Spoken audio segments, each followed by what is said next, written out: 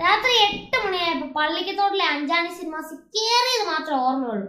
പിന്നെ 3 മണിക്കൂർ വേറെ ലോകങ്ങളിലായിരുന്നു.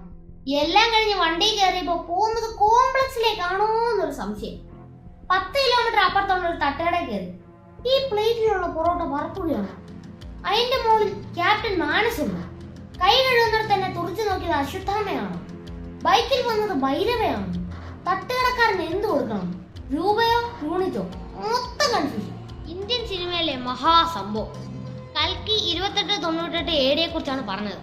ഇതൊക്കെ നമുക്ക് വല്ലതും മനസ്സിലാവുമെന്ന് വിചാരിച്ച് ഗൂഗിളിൽ തപ്പണ്ട, നേരെ ചെന്ന് കയറി കൊടുത്താൽ മതി.